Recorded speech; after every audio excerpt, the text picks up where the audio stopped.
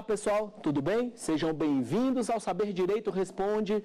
Eu, professor Wesley Machado, professor de Direito Eleitoral e Direito Constitucional, promotor de Justiça do Ministério Público do Estado do Amazonas. Ao longo desta semana, trabalhei com vocês sobre a Justiça Eleitoral.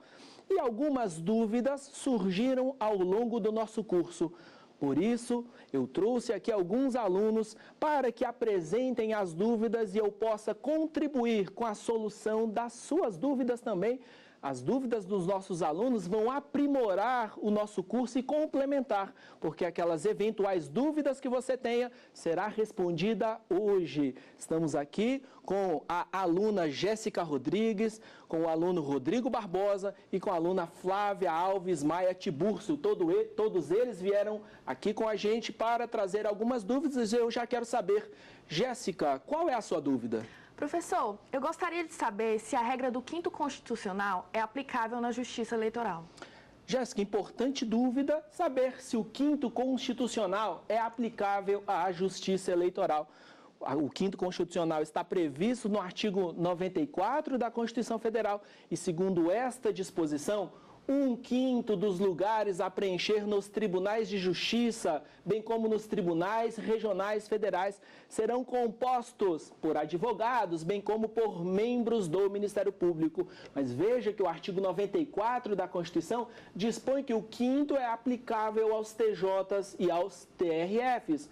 Mas surgiu uma dúvida sobre a aplicabilidade desta disposição constitucional, sobre a extensão desse artigo 94 à Justiça Eleitoral. Será que o 5º Constitucional também faz com que nós tenhamos na composição da Justiça Eleitoral 1/5 de lugares de membros do Ministério Público e de advogados? Jéssica, o 5º Constitucional não tem aplicabilidade na Justiça Eleitoral. Isso porque a definição da composição da Justiça Eleitoral é estabelecida especificamente na Constituição Federal. A Constituição descreve taxativamente quais são os membros que integram os tribunais eleitorais, não tendo incidência o 5º Constitucional do artigo 94 à Justiça Eleitoral. Aliás, o membro do Ministério Público, previsto no artigo 94, a participação de membros oriundos deste ramo do Ministério Público não fazem nem parte da Justiça Eleitoral, diferentemente de outros ramos do Poder Judiciário. Na Justiça Eleitoral, na sua composição, não há a participação de membros do Ministério Público. Vamos à próxima dúvida. Rodrigo, qual é a sua dúvida? Professor, eu gostaria de saber por que os membros da Justiça Eleitoral não são vitalícios. A vitaliciedade é uma das características, uma das garantias da magistratura.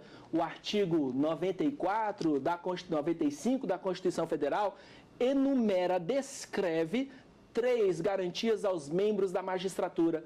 Temos a vitaliciedade, a irredutibilidade de subsídios e a inamovibilidade.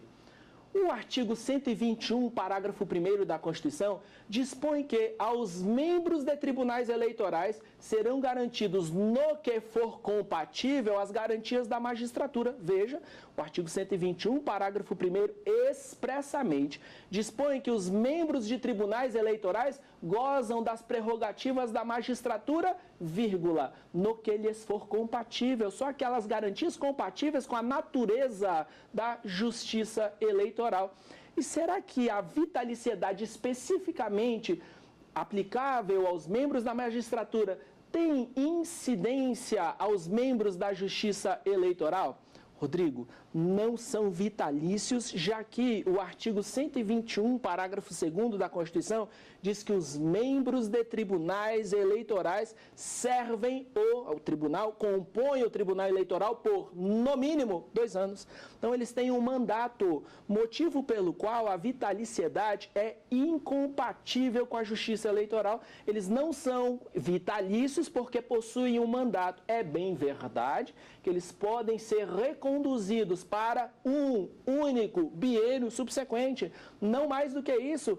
Portanto, é impossível a aquisição da característica da vitaliciedade aos membros da Justiça Eleitoral. Vamos à nossa próxima dúvida. Flávia Alves Maia Tiburcio, qual que é a sua dúvida? Eu gostaria de saber quais são os instrumentos normativos adequados para alterar a composição do TSE e dos TRS. O artigo 121 da Constituição Federal dispõe que a alteração da composição da Justiça Eleitoral dá-se por meio de lei complementar. Aliás, textualmente, o artigo 121 da Constituição diz que lei complementar disporá sobre a organização e as competências da Justiça Eleitoral. Mas será que é possível, por meio de lei complementar, alterar a composição do TSE? Para responder a esta pergunta, eu e você precisamos ler o que diz o artigo 119 da Constituição. Segundo o artigo 119 da Constituição, o Tribunal Superior Eleitoral compor-se-á por, no mínimo, 7 membros. A própria Constituição já previu que o TSE tem, no mínimo, 7 membros, autorizando o aumento desta composição. E qual é a forma de se aumentar a composição do TSE? Flávia, para aumentar a composição do TSE, é exigível a edição de uma lei complementar. E quanto à alteração da composição dos TRS? Pessoal, diferentemente do que a Constituição tratou, ou sobre a forma que a Constituição tratou sobre o TSE, quando a Constituição vai dispor sobre a composição dos tribunais regionais eleitorais, lá está explícito que o Tribunal Regional Eleitoral compõe-se dos seguintes membros. Não tem a expressão no mínimo, motivo pelo qual surgiu um dissenso doutrinário. Há 2 correntes doutrinárias sobre a possibilidade de alteração da composição dos TRS. E quais são essas posições? A doutrina dispõe que a alteração da composição dos TRS, uma parte da doutrina, diz que a alteração da composição dos TRS ocorre da mesma forma que a alteração do TSE, ou seja, por meio da edição de uma lei complementar. Outra parcela da doutrina diz que não é possível a alteração da composição dos tribunais regionais eleitorais. Por isso, Flávia, que parte da doutrina vai dizer que a única forma que temos para aumentar a composição dos TRS seria mudando o texto constitucional. Lei complementar não seria apta a mudar esta composição. Será que nós temos mais alguma pergunta? Vamos, Jéssica, você tem outra pergunta? Wesley, quem pode consultar perante a Justiça Eleitoral? Esta competência consultiva, a função consultiva da Justiça Eleitoral é uma importante função desempenhada para dar segurança jurídica às eleições. Então, a Justiça Eleitoral, com antecedência, antes de entrarmos no período eleitoral, resolve as dúvidas sobre a interpretação e a aplicação da legislação eleitoral. Mas será que qualquer cidadão pode fazer consultas ao TSE e aos TRS? Será que essa legitimidade é ampla? Não é. Segundo o Código Eleitoral, no TSE só pode formular consultas a autoridade pública federal ou então o órgão de direção nacional do partido político, ninguém mais. Temos uma legitimidade restrita. E no âmbito dos estados, nos TRS, só podem formular consultas autoridades públicas e os órgãos de direção estadual dos partidos políticos. Assim, estes são os legitimados, não havendo uma legitimação ampla para apresentar perguntas sobre direito eleitoral à Justiça Eleitoral. Vamos à nossa próxima pergunta. Rodrigo Barbosa, qual é a sua pergunta? Professor, eu gostaria de saber qual o ramo do Ministério Público que atua perante a Justiça Eleitoral na primeira instância.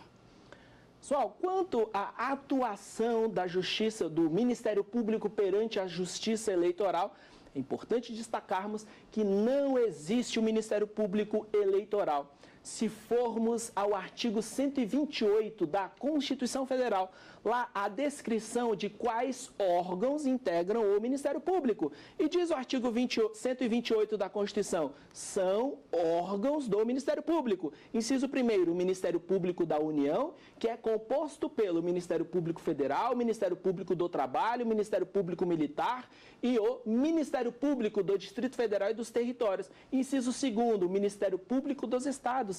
Veja, não existe o órgão, a instituição, Ministério Público Eleitoral. Mas quem oficia perante a Justiça Eleitoral? a função de Ministério Público na primeira instância, junto à Justiça Eleitoral, é feita pelo promotor eleitoral, que é um promotor de justiça, que atua perante o juiz de direito, que foi designado para ser o juiz eleitoral. Este promotor de justiça vai desempenhar as suas funções perante a primeira instância da Justiça Eleitoral. E no exercício destas atribuições, será chamado de promotor eleitoral. Então, na primeira instância, essas funções de Ministério Público são desempenhadas pelo promotor eleitoral. Flávia Alves Maia Tibúrcio, qual é a sua pergunta? Eu gostaria de saber se as consultas realizadas na Justiça Eleitoral têm caráter vinculante.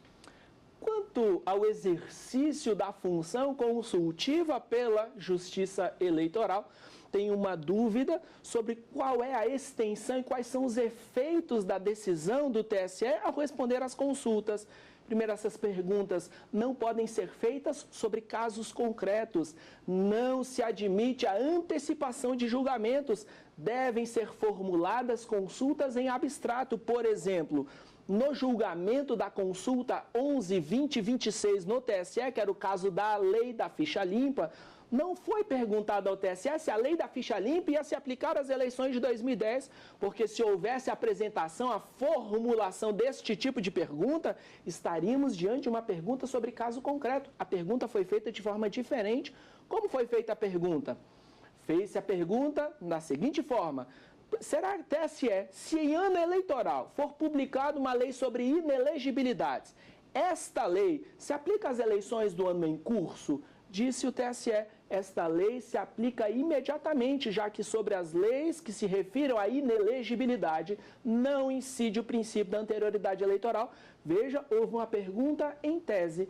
E a resposta a esta pergunta tem caráter vinculante? Será que quando o TSE responder à consulta, ele fica vinculado à sua resposta?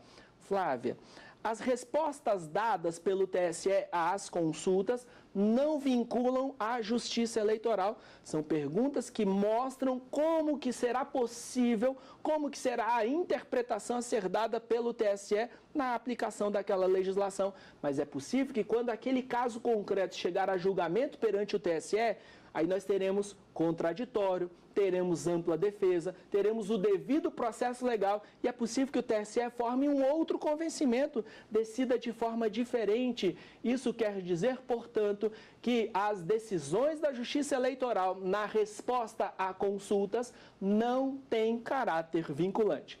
Com isso, nós terminamos o primeiro bloco do nosso Saber Direito Responde. Não saia daí, eu já estou te esperando para a segunda parte do nosso programa. Então, até daqui a pouco.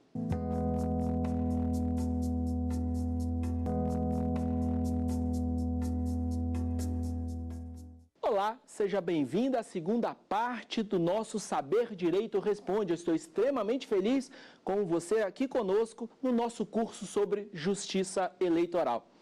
Nesse nosso segundo bloco, veremos que outras perguntas os nossos alunos trouxeram sobre a organização, sobre as competências da Justiça Eleitoral, sobre as importantes funções exercidas por esse ramo especializado do Poder Judiciário. Mais uma vez, não saia daí, porque se eu não souber, vou pedir ajuda aos universitários. Então fique aí. Vamos ver quais são as perguntas. Jéssica Rodrigues, qual é a sua pergunta? Professor, admite-se ajuizamento de ação rescisória na Justiça Eleitoral?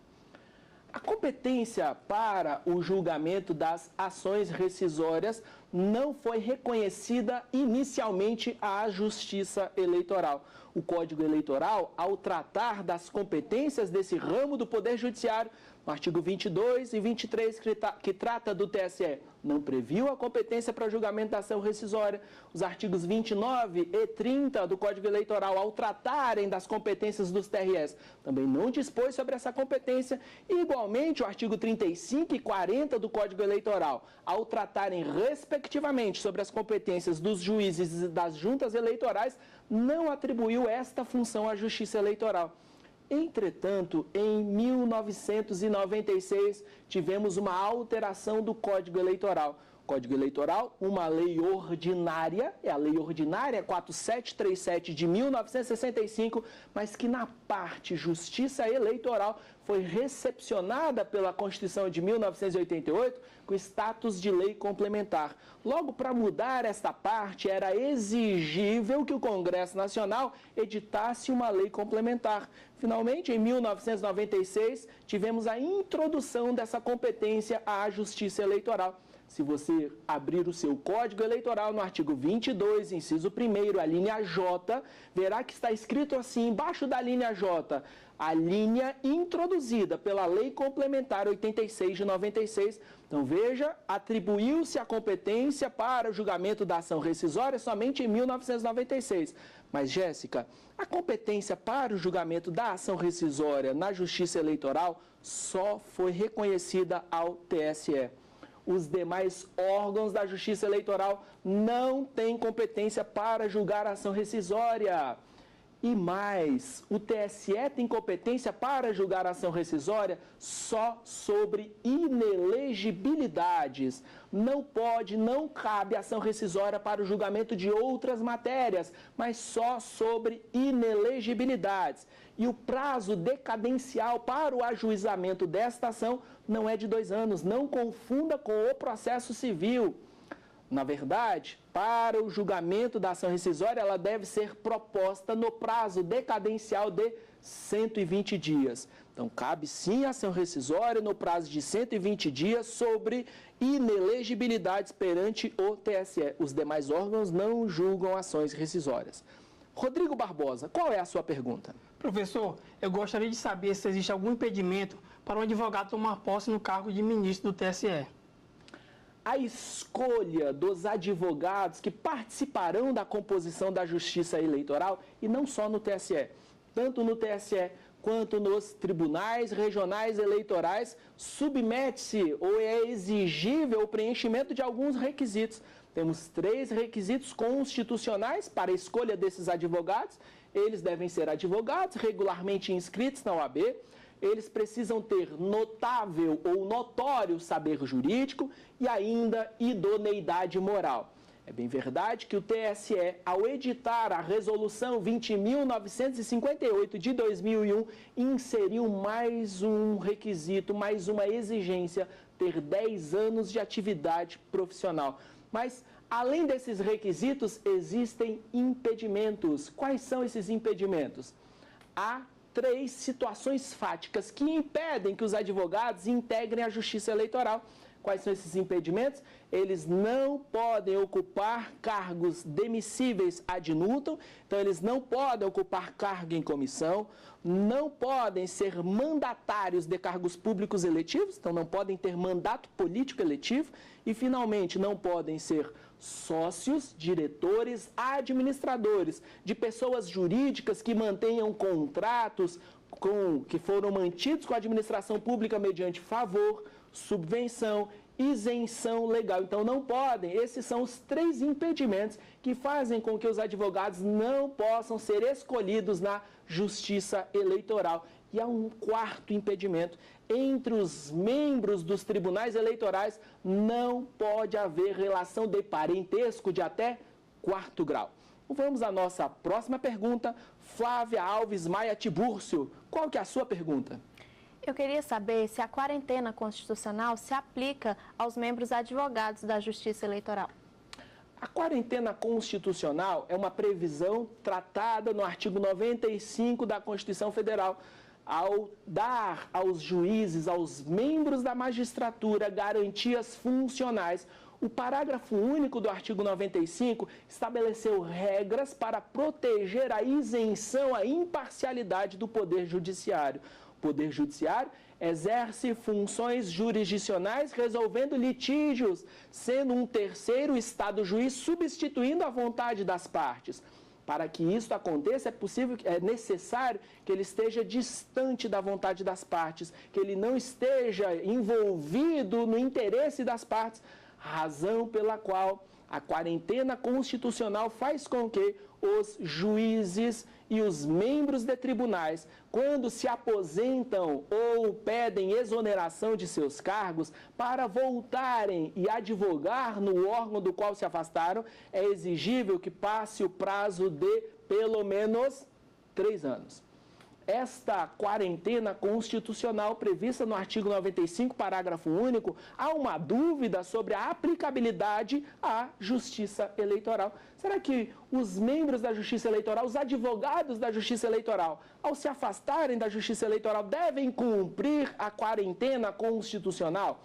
Se a gente pensar nos membros de outros tribunais, quando o ministro do Supremo se aposenta, ele se aposenta e recebe um provento mensal. Quando o ministro do STJ, um juiz de direito, se aposenta, ele se aposenta e recebe um provento mensal, sua aposentadoria. Mas e os advogados? Quando eles se afastam da Justiça Eleitoral, o que eles recebem? Muito obrigado. Eles só recebem um muito obrigado da Justiça Eleitoral. Não há o pagamento de uma retribuição pecuniária mensal aos advogados quando eles se afastam da Justiça Eleitoral. Por isso que quando esses advogados se afastam da Justiça Eleitoral, deles não é exigível o cumprimento da quarentena constitucional. Este tema foi enfrentado pelo TSE no julgamento da PEC 3020. Houve um caso específico em que se arguiu a impossibilidade de um advogado que há menos de 3 anos tinha se afastado do TSE e o TSE disse que a quarentena é incompatível com a realidade da Justiça Eleitoral. Então vamos à nossa próxima dúvida, Jéssica Rodrigues. Professor, os advogados que integram a Justiça Eleitoral, eles podem advogar? Uma outra importante dúvida sobre a permissão para que os advogados que integram tribunais eleitorais, se eles podem ou não podem continuar a exercer a sua atividade advocatícia. Os membros da magistratura têm uma proibição para o exercício de atividade advocatícia. O artigo 95, parágrafo único da Constituição diz que eles não podem advogar. Há uma incompatibilidade com o exercício da atividade advocatícia e os membros da magistratura. Entretanto, os membros da magistratura não podem advogar, mas eles recebem um subsídio mensal, cujo teto é R$ 33.759,32, que é o subsídio dos ministros do Supremo Tribunal Federal. E os advogados que atuam na Justiça Eleitoral, eles recebem quanto? Ao pagamento de um subsídio mensal? Para os advogados que participam da composição da Justiça Eleitoral, não há o pagamento de um subsídio mensal. O ministro do Supremo, que participa da composição do TSE, ele tem um subsídio mensal de ministro do Supremo Tribunal Federal, além de uma gratificação na Justiça Eleitoral. Então, ele tem o seu subsídio e mais uma gratificação. O ministro do STJ, que integra o TSE, ele tem o seu subsídio mensal no STJ, mais uma gratificação no TSE. E os advogados? E aqueles membros juristas da Justiça Eleitoral, será que eles recebem algum subsídio? Será que é o pagamento de algum valor? Não tem, eles não têm subsídio mensal. Só recebem a gratificação mais conhecida como jeton, ou também denominada de gratificação de representação e participação eleitoral. Não recebem mais nada. Aí você vai me falar, mas professor, o valor dessa gratificação é suficiente, professor. Ah, é verdade, é R$ 6.400 se eles participarem de todas as sessões. Se não participar de nenhuma sessão, não ganha nada. Por isso que é incompatível com os advogados proibi-los de advogarem enquanto participam da Justiça Eleitoral.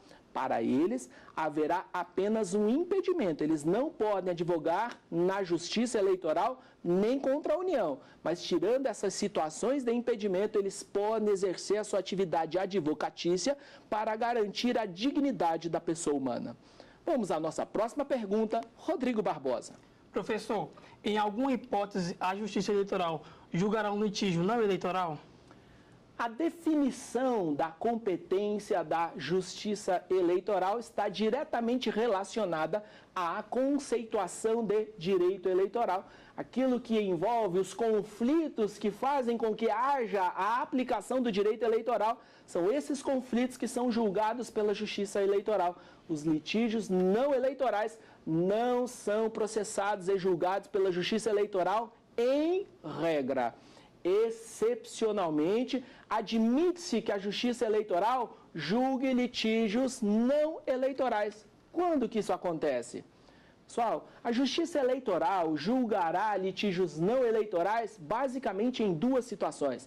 A primeira situação decorreu do julgamento de um mandado de segurança no Supremo Tribunal Federal, que é o mandado de segurança 26.604. Neste mandado de segurança, o Supremo Tribunal Federal reconheceu que a infidelidade partidária, a deslealdade de um parlamentar eleito com o seu partido político, essa deslealdade gera a perda do cargo. Mas disse mais o Supremo: quem vai julgar esta ação é a Justiça Eleitoral.